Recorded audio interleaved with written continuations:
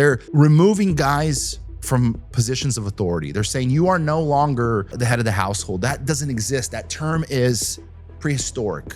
They're trying to shun that ideology to the point where guys start to actually feel guilty about trying to play their actual roles as husbands, roles as dads. 86 to 90% of all millionaires that are in the US are married. Out of these 90% that are millionaires that are actually married, 70% of them plus are stay-at-home moms. That just tells you that there is a correlation between God's dynamic, God's structure, and having success and blessing in your life.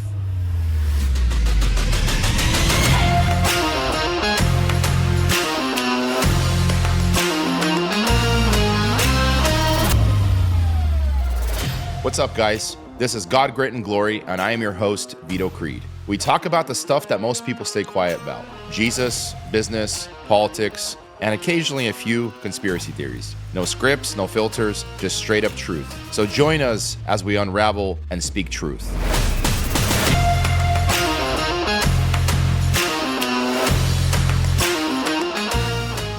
Welcome, guys. This is Vito Creed with God, Grit, and Glory, and we have a very special day today. Today is Father's Day. Father's Day is one of the most underrated days on the planet. And although we did have Juneteenth last Friday, today is as a holiday for the white people. It's called Father's Day. Sorry. I heard that on Instagram, and I thought it was the most hilarious thing in the world. It's a little racy, but I thought it was funny because allegedly Black people are not very good fathers. So I was told. So that's actually not just a joke. It's a statistic. Jokes are funny because they're statistically true, right? So are stereotypes. Stereotypes are true primarily because stereotypes are funny and they're offensive primarily because they're true, right? So that's why they call them stereotypes, right? This is why when you say Black people love grapes, grape juice, watermelon, chicken, these are the kinds of things, not grapes, grape juice. These are primarily the things that make me kind of laugh. And what's a better way to start off a podcast for Father's Day than say a bunch of racy stuff that may offend somebody. I'm in the business of offending people. I like to offend people just because I like to watch them squirm. And people are hypersensitive in our world. I think there's a really big problem in our world. They're hypersensitive, but also it's funny because up is down and down is up, and left is right and right is left, bad is good and good is bad.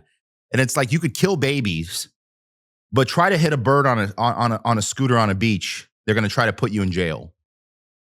Speaking from personal experience, of course. So, anyways, today is a Father's Day, and it's nice because I get to enjoy this day. You can see I'm really happy today because I was told probably at least 25 times today between us going to church and going to the restaurant, Happy Father's Day. And of course, I get a big Happy Father's Day because my wife is super pregnant right now and she's bulging out. And I have 4 kids that are between the ages of 8 and 1 years old. So I'm obviously a father 4 times, soon to be 6 because of the twins. But my wife wrote me this: Happy Father's Day to the most amazing dad and husband. Thank you for working so hard to provide for our family, for loving each of us so well, and for always making sure we are cared for. I admire the way you serve the Lord and lead our family with faith and strength and kindness.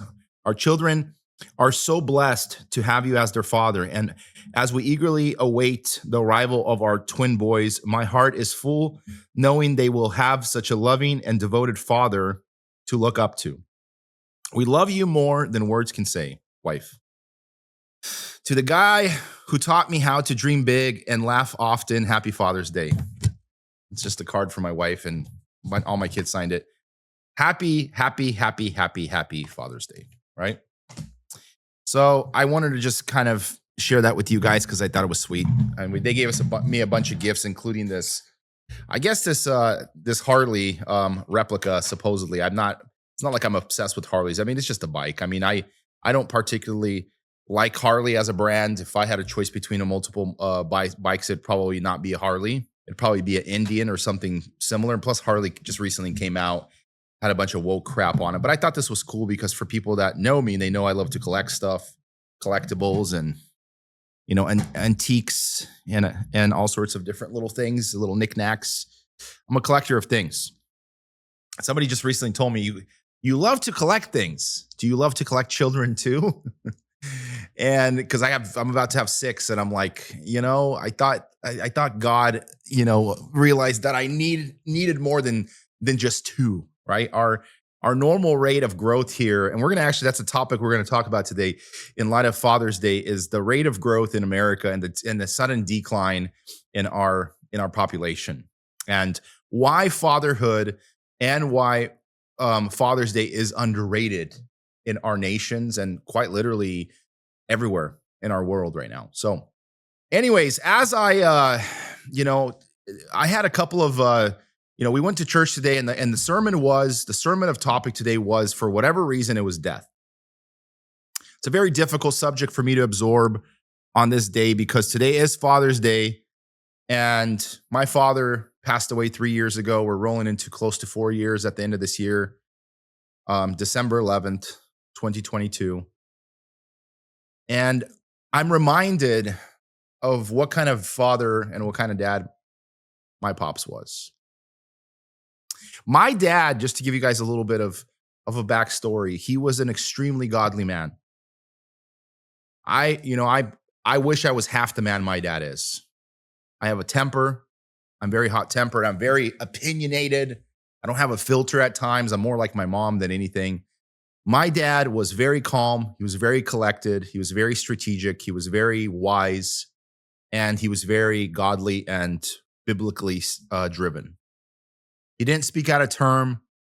He didn't use slurs. He didn't use swear words. He didn't speak frivolous words. There's a word in Russian that says pustoslovia. Pustoslovia means just empty words. We've lived in a culture where empty words is a culture, primarily there is a lot of empty words in our culture. They've renamed words. They've created words, things that mean nothing, like 6 foot distancing, for example, during the day of COVID, stuff like that. That means absolutely gender identity. Like it means nothing. It literally it's a fluff word. It's a transgender. That's a fake word. LGBTQ. It's a fake word. It's created. It's made up. It wasn't created by God. It wasn't ordained for God. God does have a language. Sorry, I know you're on your phone. I was walking by the church here. Do you go here? Yes. And God spoke to me and he wanted me to ask you a question. Do you believe God's creation is perfectly made? Of course I do. And do you think God doesn't make mistakes? Yes. And do you think trans women like me are women? Of course you are, sweetie. Then how come he didn't make us women? He made us gay-hearted men. What? Gotcha, God has a language. When God spoke to Moses, he spoke in a language. He spoke in a known language. There are no made-up words. The original language of Hebrew was the original language of man. People will argue this, and of course, if you believe in the Bible and you believe in the Tower of Babylon and why they were scattered, you will understand this. But I will tell you something. Fatherhood in general in our society right now is one of the most attacked things on the planet. There are a lot of kids that grow up without fathers. And the reason why a lot of kids are not disciplined and they run around rampant and act crazy and do stupid things and say stupid things and have no filter and think they can abuse and attack, specifically coming out of, we'll say, the blacks. It's a staggering statistic because they say almost 90% of blacks out of the 13% population in America grow up without dads.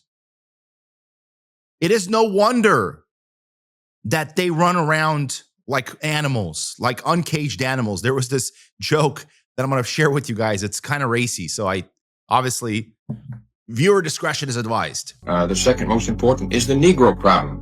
The Negro people we feel sorry for. We don't blame them. We don't feel they're evil or vicious. We feel it's just like a bunch of monkeys had been let out of a zoo by a group of Jews and given bottles and whiskey and guns and so forth. You wouldn't hate the monkeys, but you'd certainly want them back in the zoo. Anyways, there was that joke that I just shared with you guys. And I thought it was I thought it's funny. A lot of you guys will take offense to it, and it's okay. You know, I have a buddy who I was really close friends with, and he actually disassociated himself away from me because of the fact that I used basically a racial slur, and I made a black joke. And he's like, oh, you know, Christians shouldn't do that. And I'm like, Christians, I don't care what you think Christians should and shouldn't do. You are not a justice warrior. Justice warriors, by the way, are not Christians. Justice warrior, the understanding of justice warriors didn't come from Christianity. Martin Luther King, by the way, was a pervert. Martin Luther King was also an FBI plant. He had, and there's a lot of reason to believe that Martin Luther King at first was very, very basically paralleled, and he was controlled by the Jews, and the Jews basically planted him to start the movement. I have a dream that one day. Nonsensical, basically, speech, a very famous speech that he, by the way, didn't write himself. But it was controlled by the Jews. And the reason why, just like any other usual cause that involves black people, the reason why he disconnected from the world and ultimately why he got assassinated was because he went against the Jews. Anytime you go against the Jews, what will ultimately happen is they're not going to get on stage and, you know, pump their fists at you and yell at you and, you know, denounce you. They're going to just kill you. The synagogues of Satan, that's the way they work. They work in a matter that is completely foreign. They just eliminate, they delete you off this earth. There is no negotiating. There's not, hey, I'm going to shake my finger at you. They just full-blown delete you. This is why they were kicked out of 109 different countries over a span of 2,000 years. Has nothing to do with them being Jewish, has everything to do with what they practice. Check this out, okay? The word goyim in Hebrew means a non-Jew in English. Sophorim 15. We're non-Jews. Even the best of goyim should all be killed. Yebamoth 98a. All children of goyim are animals. Baba Mesia 114b. Gentiles goys are not humans. They are beasts. Gatshas 2. A Jew may violate but not marry a non-Jew girl. Makes sense with everything with Epstein, huh? Look. A Jew may have sex with a child as long as the child is less than 9 years old. Taspot Their Jebamoth religion. 84b. If you eat with a goy is the same as eating with a dog. Baba Mesia 24a. If a Jew finds an object lost by a goy, it does not have to. Let's wake up, friends. Has nothing to do with someone being a, quote, Jew. Has everything to do with their fruits. As Jesus said, know them by their fruits. You don't even have to be a Jew to be Zionist. Joe Biden's the one who quoted and said that. As a kid, I'd say, when I was a young senator, I'd say, if I were a Jew, I'd be a Zionist. I am a Zionist. You don't have to be a Jew to be a Zionist. Friends, at the end of the day, there's neither Jew nor Gentile, nor male nor female, nor slave nor free. Like it says in Galatians 3, guys. So all of these causes, all these social justice warrior causes that allegedly we have in this world, Rosa Parks, you know, back at the bus, all this other crap, this was all staged. This was all created. There's a quote of Ben Shapiro talking about this staged event. And he talks about Rosa Parks, and I'm going to share that clip. After standing for Hitler, I was like, how much further can you go? So tell me, how much further can you go? I missed it. He said that Rosa Parks was like a plant, like she was planted there. In what way?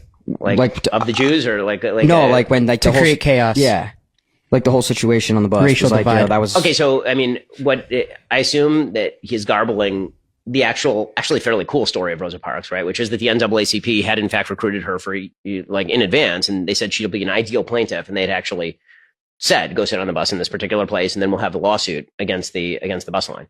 So that, I mean, that's true. I don't know what he actually said. It is true that was not, it wasn't like she spontaneously sat down on the bus and then they sued but that doesn't take away from her story. In fact, I think it makes it a cooler story. I think it's cool that they actually were like, okay, we're going to plan this out. We're going to get a good basis for a lawsuit. Rosa Parks is an attractive face for the plaintiff and do it like. And he says, oh, the fact that Rosa Parks, that was all coordinated by the Jewish ADL and by all this NAACP, and it wasn't actually a real cause. It actually gives more credit to them because it's a serious issue. I'm like, what?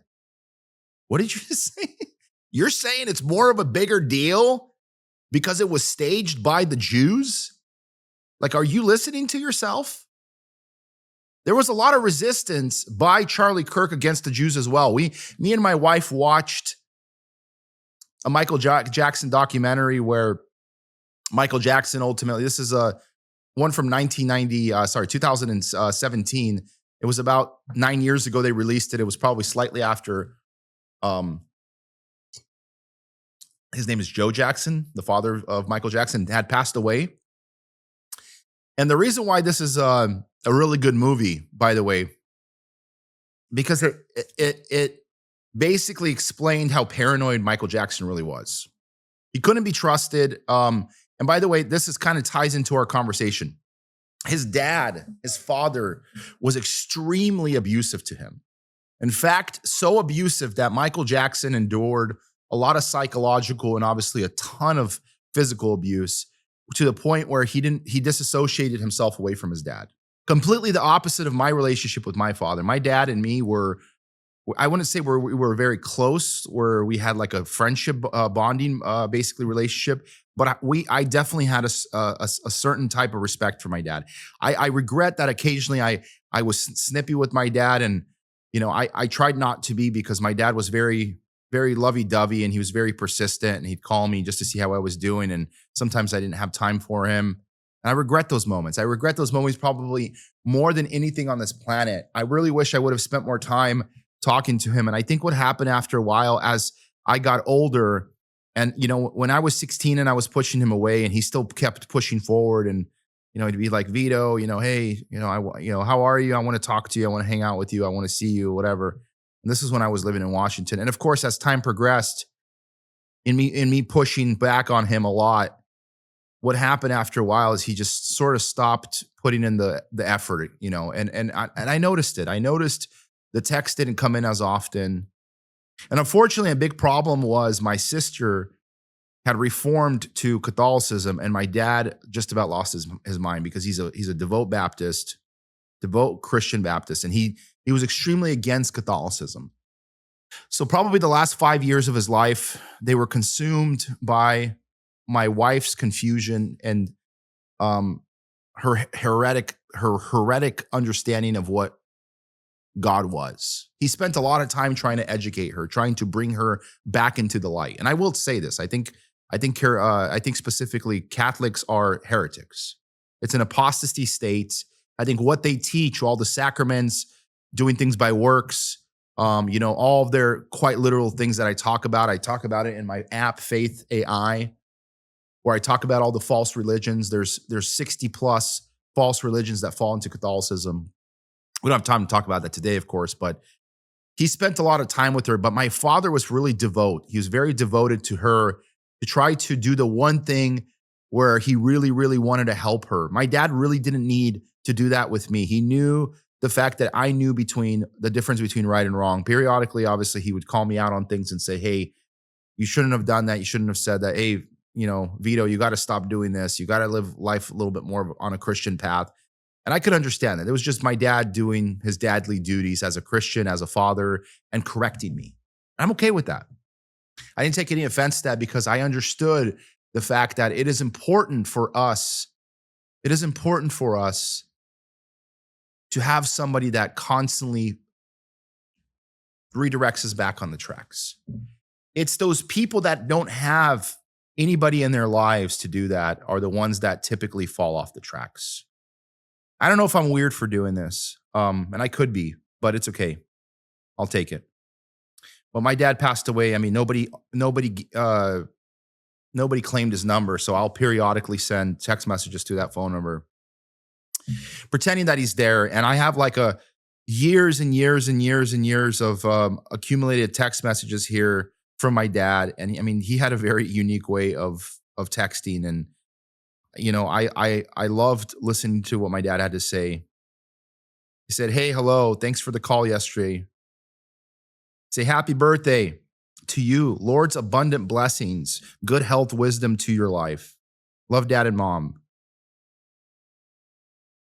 And he'd basically send me these kinds of text messages all the time, and he'd do a bunch of emojis. He's pretty hilarious like that.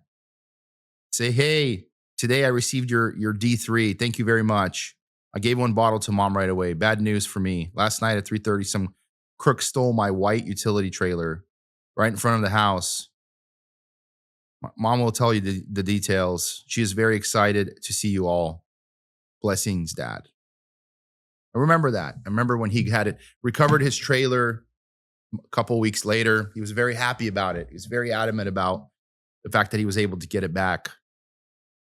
But it's like I send messages to that text message line because sometimes I just feel really down. And I remember when I would be down, my dad would be the only person that I could turn to in a time of need because he was my spiritual, basically, leader.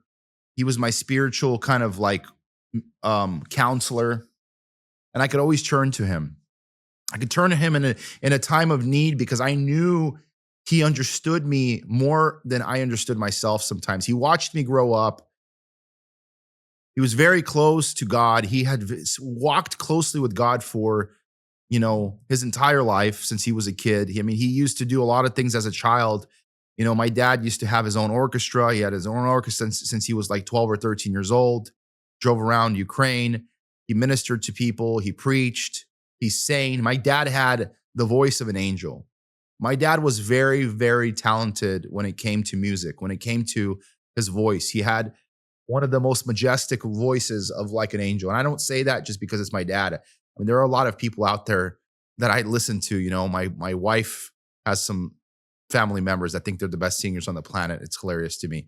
And I'm like, I cringe when I listen to them sing. My dad actually knew how to sing. He would start singing and you would get goosebumps on your skin because of the notes he would hit and, you know, the way he can, you know, move his voice around from high to low notes and the vibrato in his voice. I loved to listen to him sing.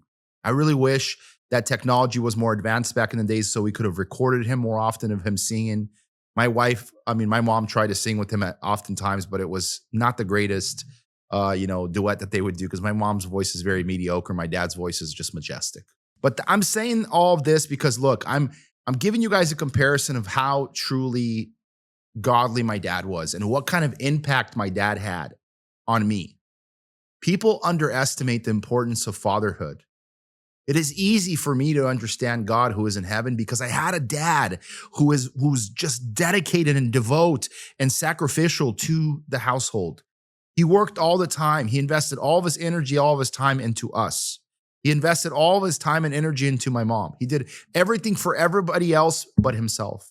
My dad probably lived the life of probably John the Baptist. And I'll tell you why, because he genuinely had just basically the clothes on his back. Quite literally, my dad owned one or two suits.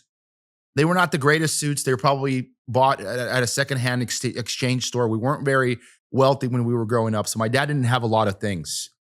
My dad wasn't a good businessman. My dad had a very, very strict conscience, and he didn't want to gouge people when it came to charging. So he would charge the same amount of money, which is about $40 or $50 to tune a piano, and he did that for years. Even though the economy shifted, I remember 20 years when he was doing it, he was still charging. He bumped it up to about $60. Meanwhile, you had all of these technicians around that were working for these professional piano stores that were charging $250. So 5 to 6 times the amount of money that my dad charged. And he would turn around and say, "Oh, I can't charge that kind of money." And I said, "Dad, it takes you an hour to tune a piano and you're making $60 an hour?" He's like, "That's good money." And I said, "No, but you still have to drive there. You use your fuel." I'm a business mindset. I'm an entrepreneur. I have multiple degrees from a university level, all in business, international business marketing. For me, it makes sense. There has to be overhead costs. There has to be transportation costs. There has to be commute costs. There has to be a ton of additional costs incorporated. So that 200 to 300 mark made sense to me. But he just refused to do that because he felt that he didn't want to take advantage of people. And then he was scared that the fact that people wouldn't hire him if he raised his price. He's like, it's already, music is already a dying kind of practice, and I don't want to scare people away. But my dad was a good man. He was a good man in everything he did. He would do everything to make sure that he stayed he stayed pure in the eyes of God.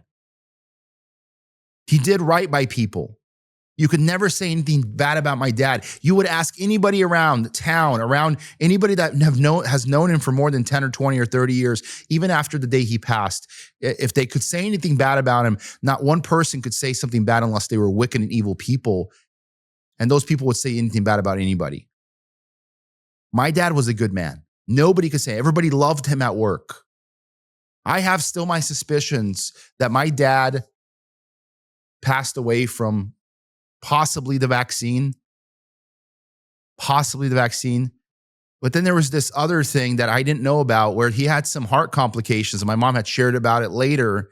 And he had basically his heart was basically hurting periodically. And, she was giving him some grasses and stuff, like some tincture stuff that you brew yourself. It's like home remedies and stuff. But ultimately, he ended up pretty much having a heart attack from what we recollected.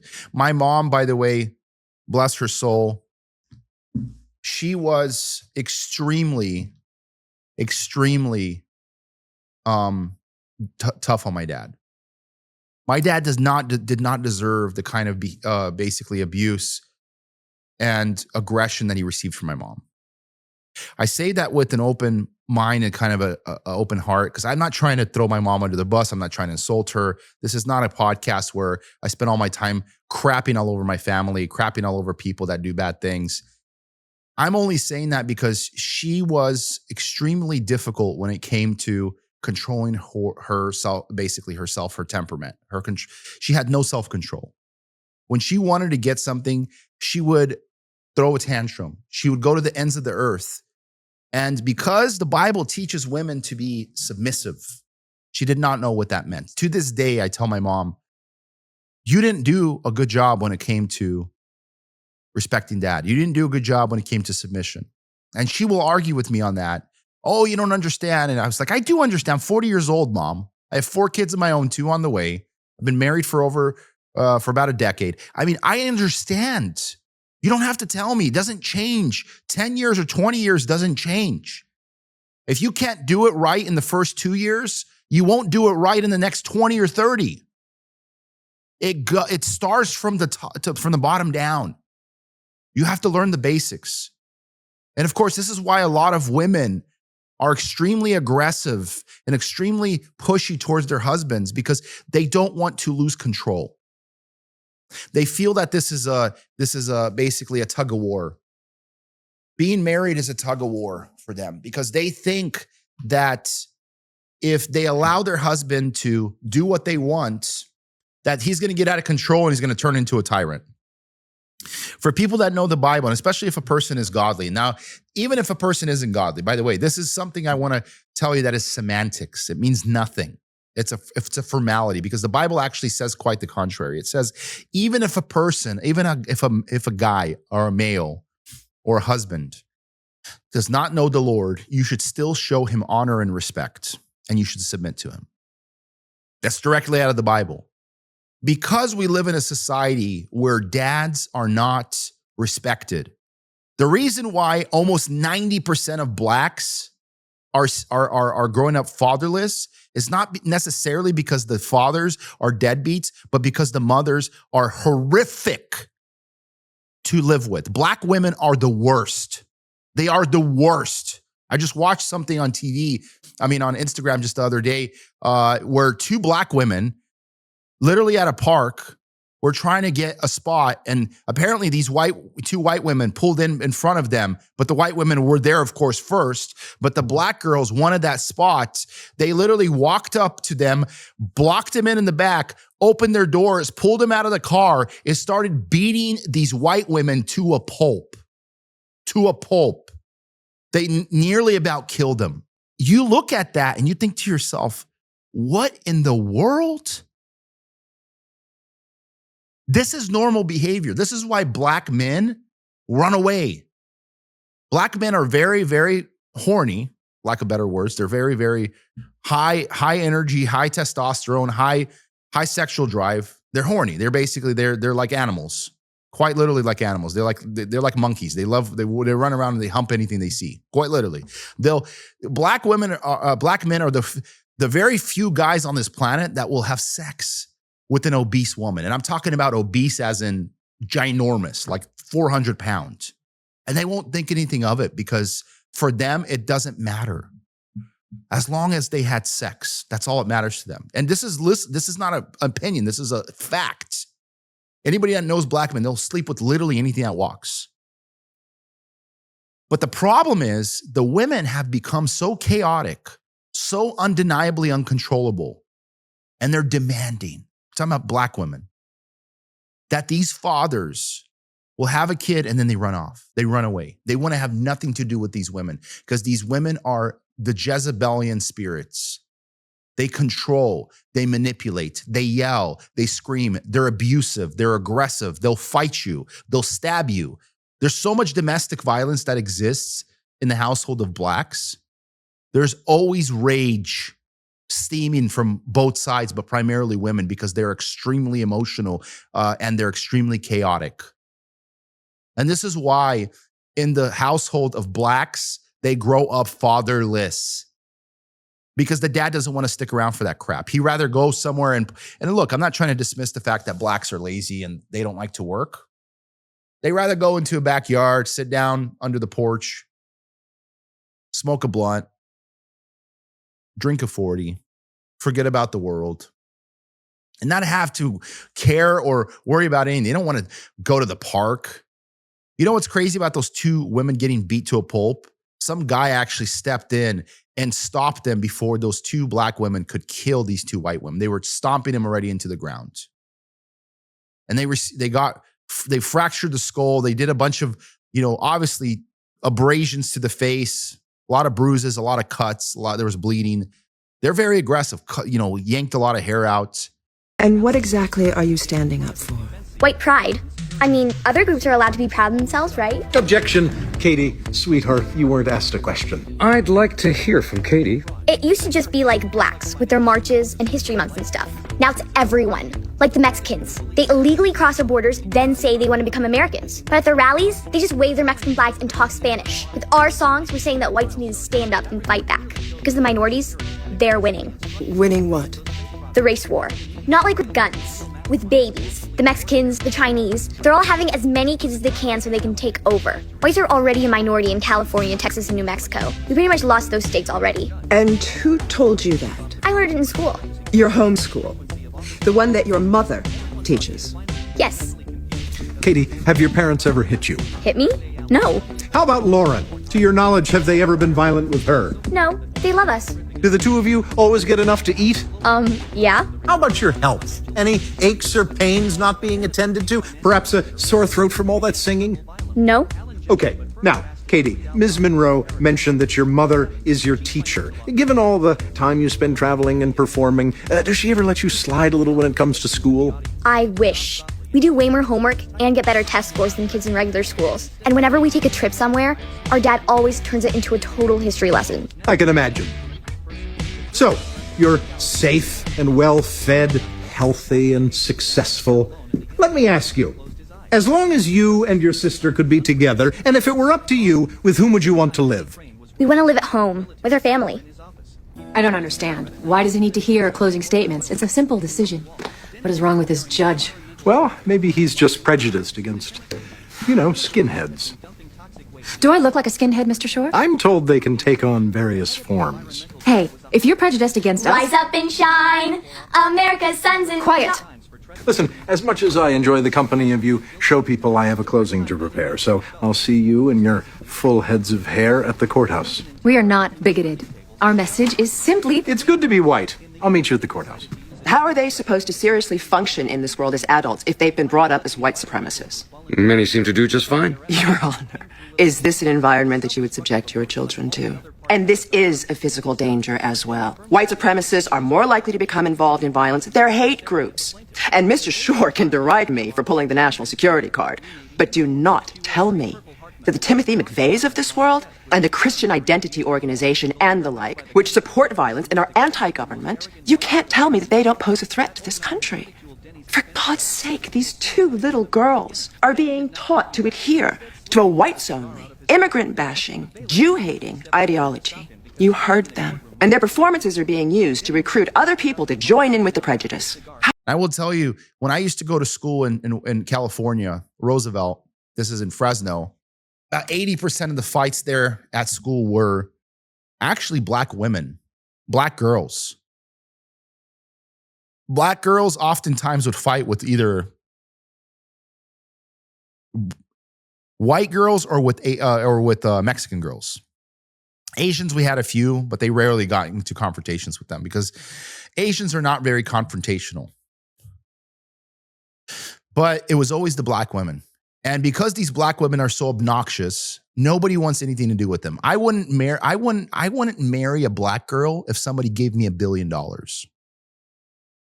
Because my sanity and my peace is more important to me, but they look ugly. They look like literally like monkeys. Like they look like chimps. I look at a black girl and I'm like, who is attracted to that? Well, look, to each their own. It's fine. To each their own. Everybody's attracted to whatever they're attracted to. I can't say anything about that. But it's not the exterior, facade that matters on a woman, right? It's not the exterior, looks. It's not that necessarily the attraction. What is more unattractive about a black woman is not necessarily what's on the exterior, because a lot of guys could look past that, but it's what's on the interior, what's on the heart, what's on the mind, their behavior, their emotion, their aggression, their primal responses to everything. And I already said this in a previous podcast, black women are 1.5 times more likely to commit a crime than white males.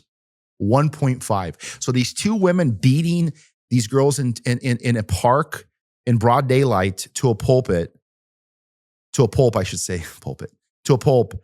ultimately will probably not face any jail time because there's a very, very low threshold for jail time for all of these offenders. We already know that.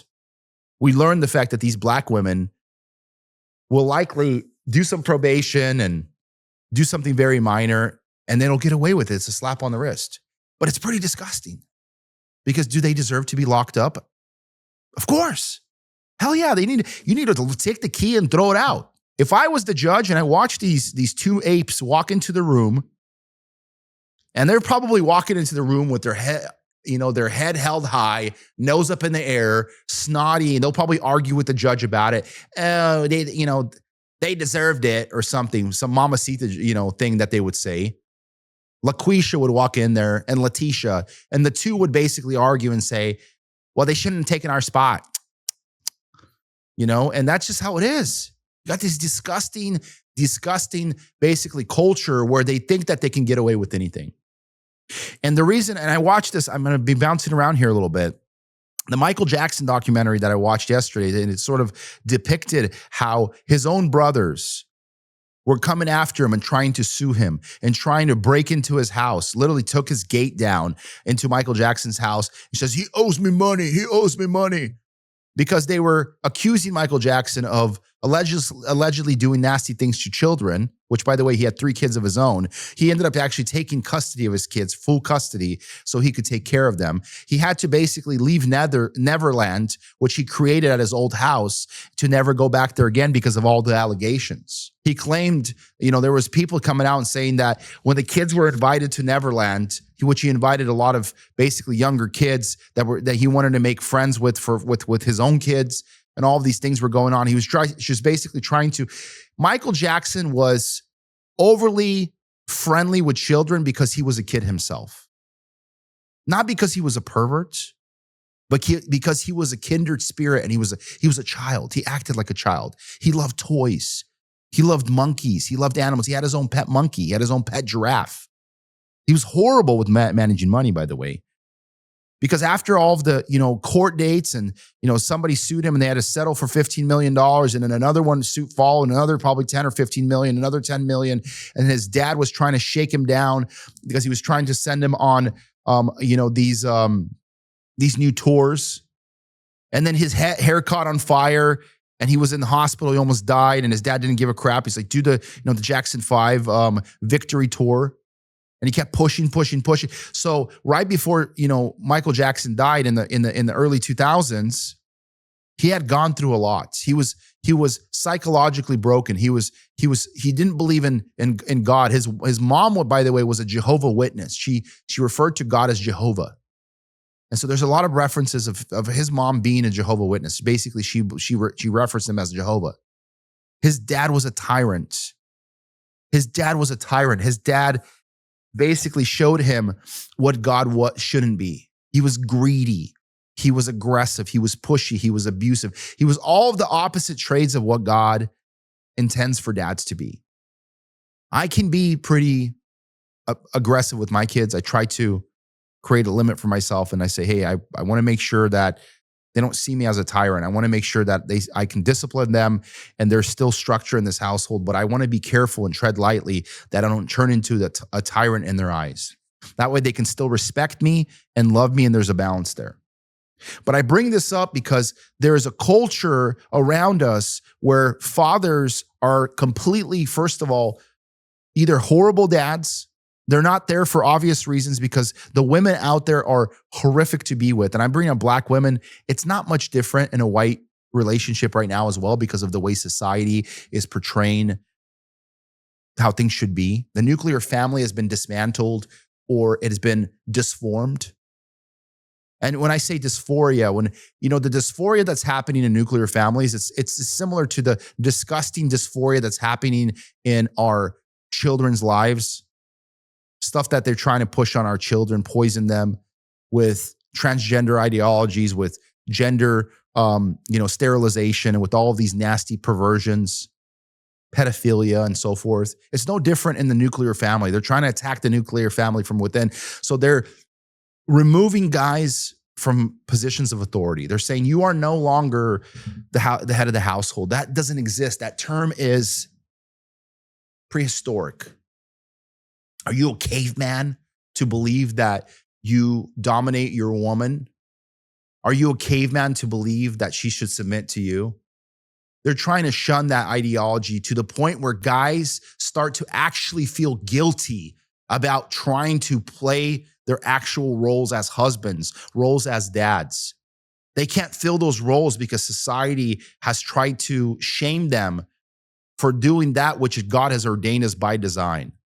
God has ordained us as men to take charge, to become leaders, to do it in loving ways, but also with driven on wisdom and structure. If it wasn't for men, and why I know men are more structured than women is because look at the military. The military is one of the most coordinated. I love watching military movies because it's like, Commander, yes, sir. Commander, sir. And it's like they're saluting the commanders, they're saluting the lieutenants, they're saluting everybody that is at a higher rank than they are, right? Sergeants and so forth. And I watch this and I see structure and I see that discipline there.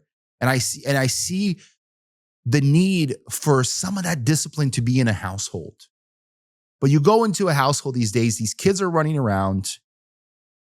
They're tantruming in the middle of a store because they want a candy or a toy. They're disrespecting their moms by slapping them or cussing at them or threatening to call the cops if they do anything that is going to remotely. They're trying to tell kids in places like California, Washington, and Oregon, and New York. So it's no wonder where we are.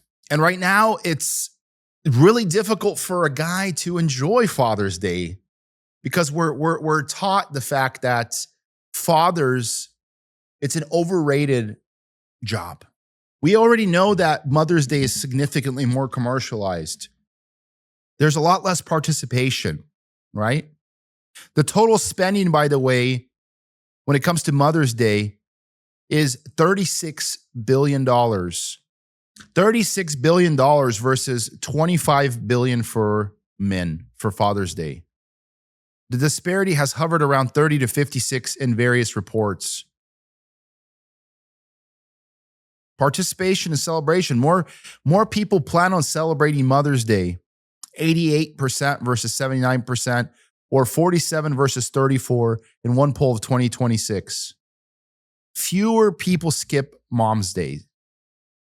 So 88% versus 47%. That's almost half.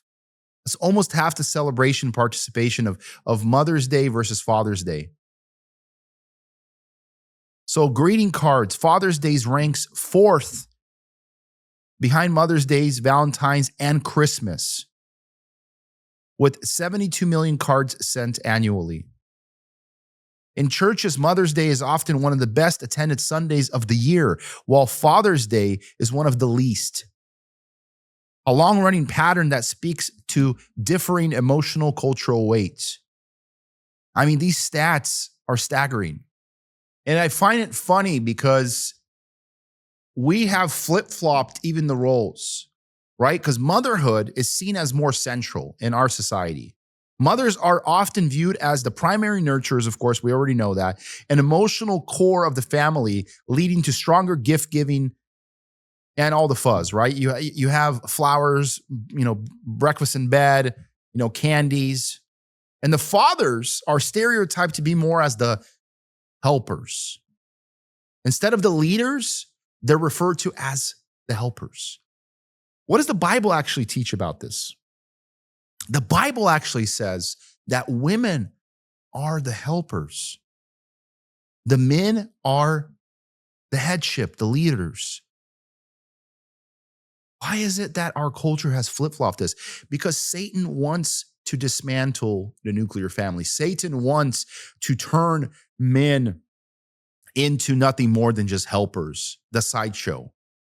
And what's interesting is Father's Day, by the way, Mother's Day has deeper roots and has a stronger cultural embedding in many places. Father's Day, on the other hand, became a national holiday in 1972 in America. So it's not even widely celebrated everywhere else. There's a day for guys in the Russian culture and the Slavic culture.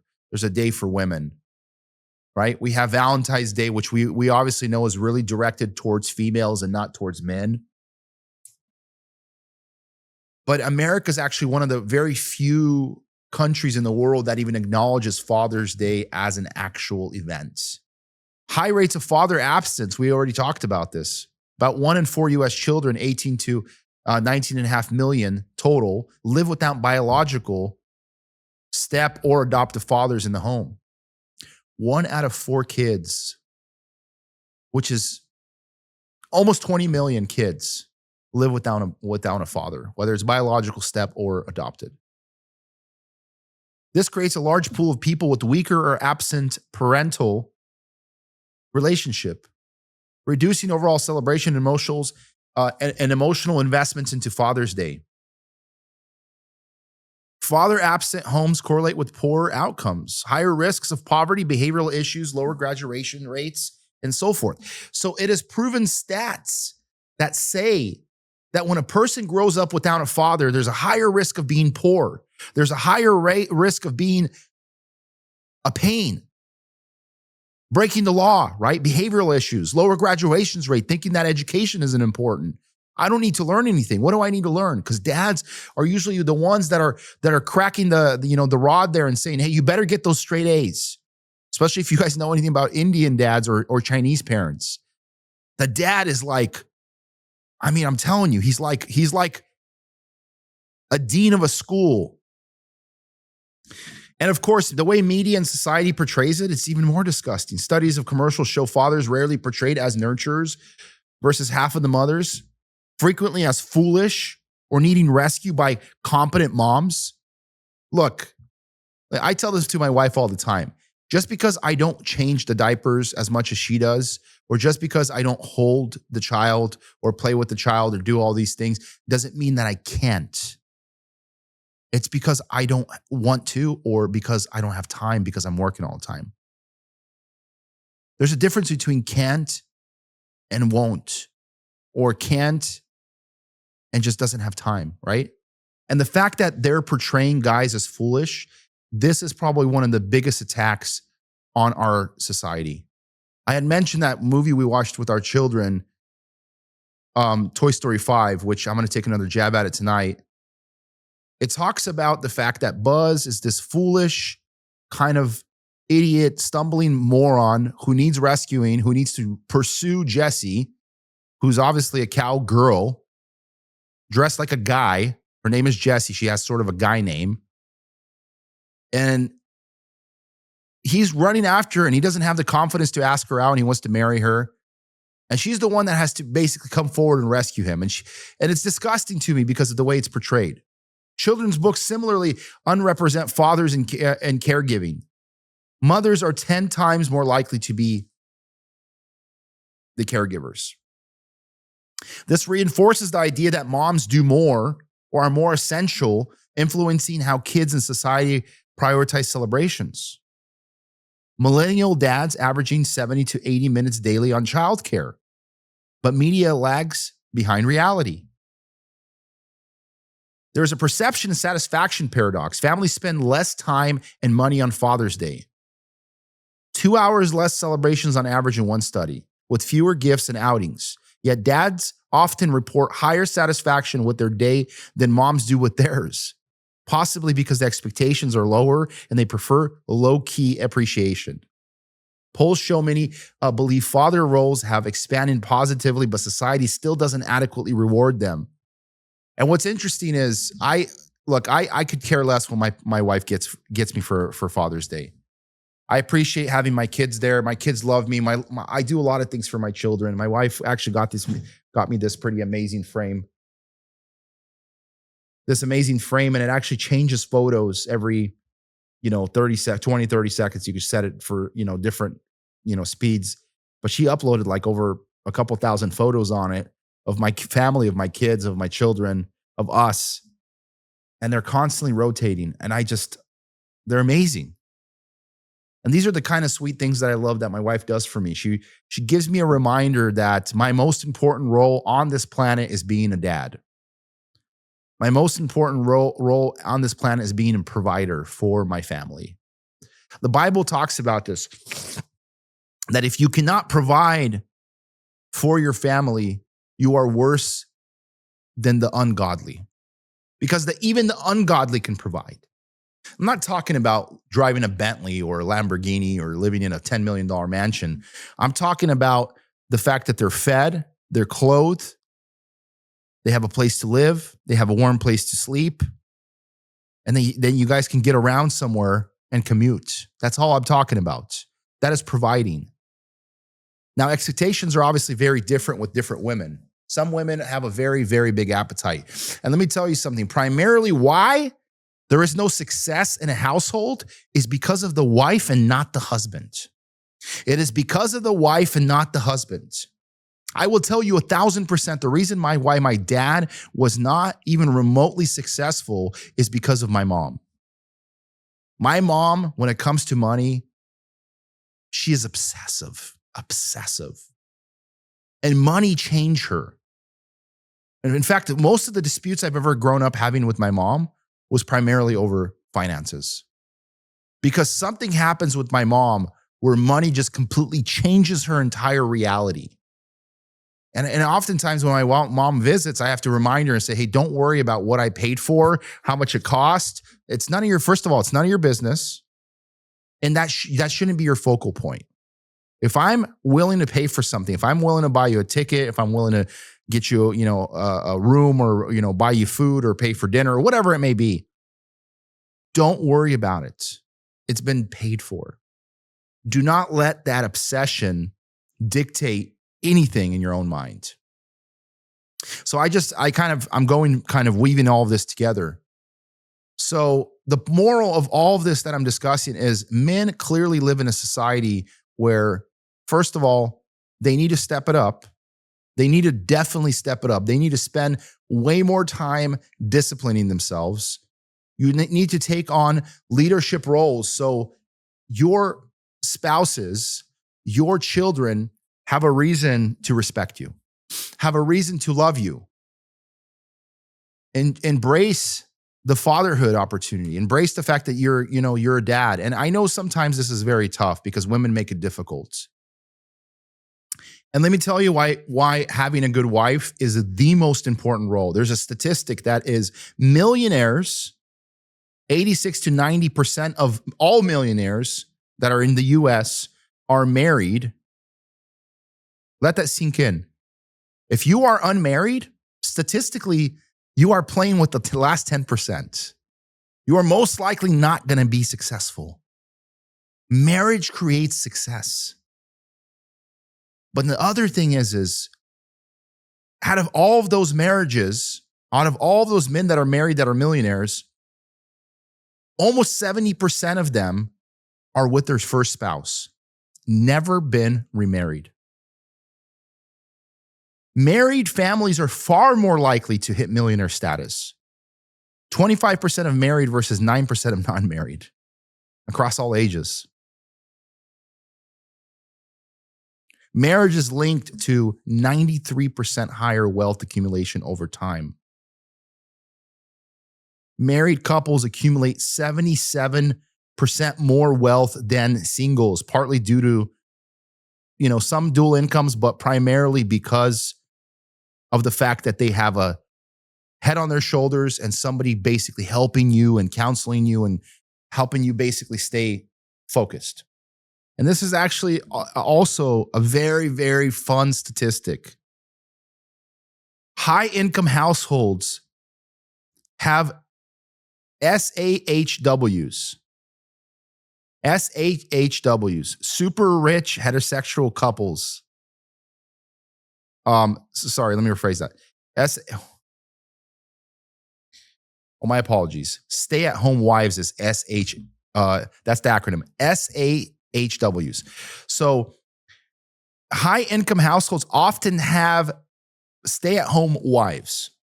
Among the top 1% earners on this planet, out of all the households that are basically in the top 1 percentile, 70% of those men that are high performing, high profile millionaires and billionaires have stay at home spouses. That's overwhelming. That statistic is overwhelming. You know what that tells me?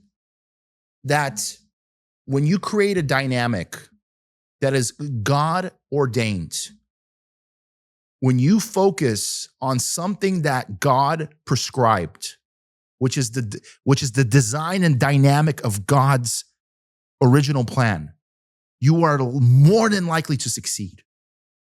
Let's go through that stat again. All the millionaires that exist in the US, 90% of them are married. Out of that 90%, 70% of all of those women, over 70%, are stay-at-home moms. And of course, if they're stay-at-home moms, most likely they have the structure of traditional wives. Because if they're not working, that means they're taking care of the kids. That means they're probably doing, Pilates or, whatever they're doing. So as I wrap up this podcast, I want to remind people how truly important it is for there to be dads. The term bastard or bastard child comes from not having a dad around, having a guy that's absent. And of course, if you look at these stats, look at the statistic that if you're married, you are already 90% more likely to be successful, to become a millionaire, versus the people that are single, that want to stay single or have multiple wives. And I found it even more staggering that out of this 90%, 70% of those people only got married once. And this could be primarily, they're probably still millionaires because the wife didn't bleed them dry after the divorce. I mean, if you got into those statistics and realized how many of these women actually took at least half, if not more, of their husband's earning, making him poor or basically sucking his soul out of his body where he doesn't want to work as hard anymore, it's a whole different case. But the thing that blew me away even more so is out of these 90% that are millionaires that are actually married, 70% of them plus are stay-at-home moms. That is a lovely statistic. That just tells you that there is a correlation between God's dynamic, God's structure, and having success and blessing in your life. I'm not teaching the prosperity gospel here. Don't get me wrong. I don't think we're all called to become millionaires. Some of us will become successful if we are given the right opportunities in our life, if we make the right decisions, if God decides to bless us. And oftentimes, a lot of our curses, a lot of our iniquities and our consequences in our lives are because they're self-inflicted. We don't succeed in life often because we're too lazy. We're not willing to take risks. We're selfish. We're self-seeking. So as you guys listen to this podcast, remember, if you got a father out there and he still lives on this planet, give him a big hug, give him a big kiss. Tell him how much you love him. Tell him how much you respect him. Tell him how much you need him.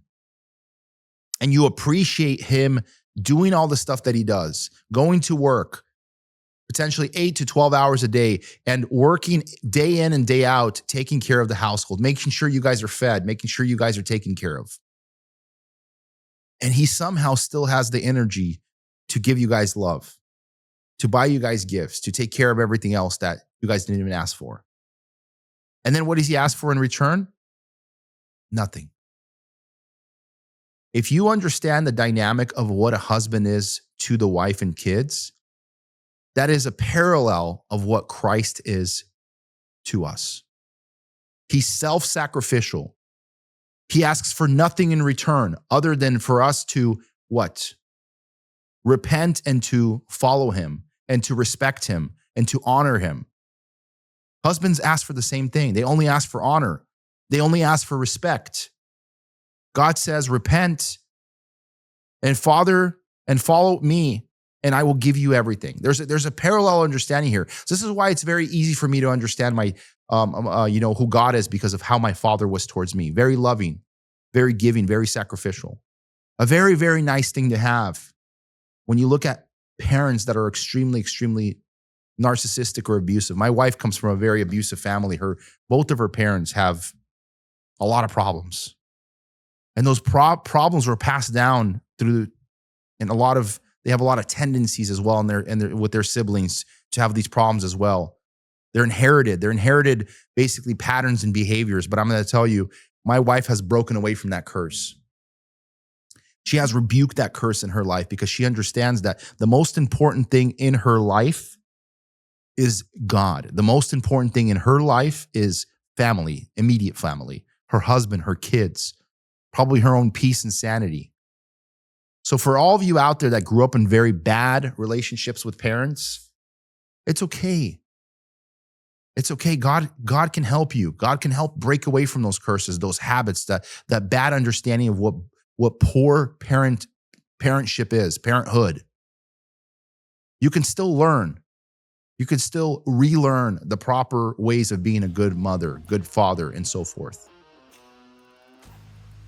So I thank you guys for tuning in. This is Vito Creed. God grant glory, and stay tuned for more.